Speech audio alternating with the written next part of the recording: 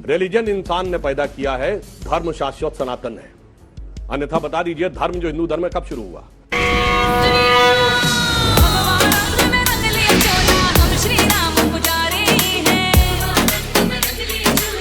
इसीलिए धर्म की परिभाषा है धारणात् इति धर्मा, जो धारण करता है। इसीलिए भारत धर्मनिरपेक्ष नहीं है। आप धर्म मानो भाई, डंडे क्यों चलाते हो? तलवार लेके क्यों चलते हो?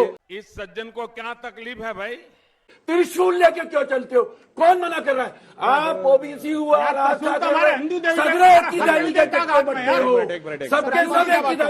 एक मिनट, गार्डियंस विद गन, बंदूक लेके चलते हो, जनता सरकार चलाते हो, नक्सलाइट बंदूक लेके चलेंगे, कहेंगे गार्डियंस विद गन।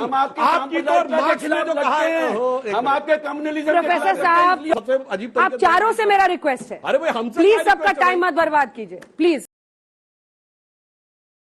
अपने अपने टाइम पे बोलिए। दो लोग बोलते हैं तो कोई नहीं सुन पाता है। हम मालूम है तेरे बाप को मत सिखा। चल अरे सुनिए तो, अब सड़क पर जाइएगा, लोग बोलेंगे भाई ये टीवी पे लड़ते हैं। सुनिए एक ही करके बोलिए प्लीज। धर्म एक अफीम है ना, तो केरल में कम्युनिस्ट पार्टी की सरकार काय करी? सबरीमाला में जाना धर्म का अधिकार है तो जाने देना चाहिए। धर्म अफीम है तो काय बोलते हो धर्म के बारे में? आपने कहा महिला ली जाएगी, पुरुष जाएंगे। आपका उल्टी सीधी बातें क्यों करता? उल्टा पैदा हुआ था क्या?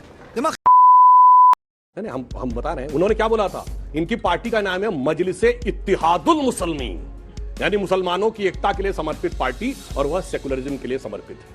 यदि देश का प्रधानमंत्री कहता था मुस्लिम should have first right over the national resources of India, वो सेकुलरिज्म को समर्पित है।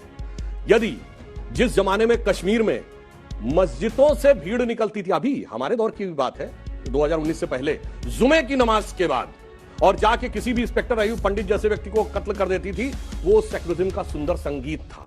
अब दक्षिण का बताता हूं, तमिलनाडु जिले का, तमिलनाडु स्टेट का पेरम्बूर जिला, उसमें कोलतार गांव 70% आबादी मुस्लिमों की हो गई, तो उन्होंने कहा मंदिर में पूजा बंद कर दीजिए, घंटा बंद कर दीजिए, हमारी धार्मिक भावना आहत होती है। कोई सेकुलरिज्म का सूरमा उत्तर से दक्षिण तक बोला हो तो बोलिए, बल्कि तमिलनाडु की सरकार ने मान लिया। फिर मद्रास हाईकोर्ट बीच में आया, उसने कहा यह कोई आधार नहीं बनता कि 70% हो गए इसलिए।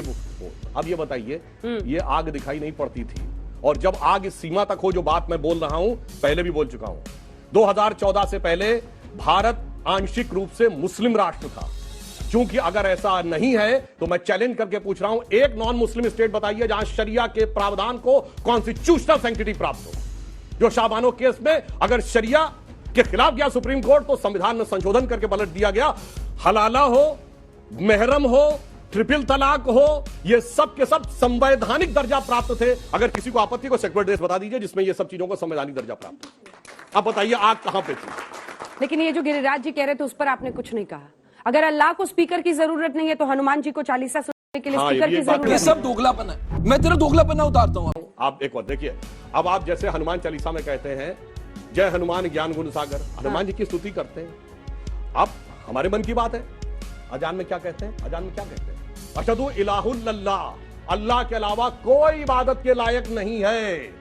अशहदु मोहम्मद रसूलुल्लाह का अर्थ यह हुआ कि रसूल के अलावा, मोहम्मद साहब के अलावा कोई पैगंबर नहीं है। तो जैनों के 24 तीर्थंकरों का अपमान, सिखों के 10 गुरुओं का अपमान, हिंदुओं के 10 अवतारों का अपमान आपके मन में है। घर में आपको प्रॉब्लम अजान से है, लाउड स्पीकर से नहीं है। मतलब अजान से प्रॉब्लम, मैं बता रहा हूं, लाउड स्पीकर से सही बात बोलिए ना। फिर बता रहा हूं, सुनिए। घूम फिर के क्यों? सब क्या देखना पड़ रहा है?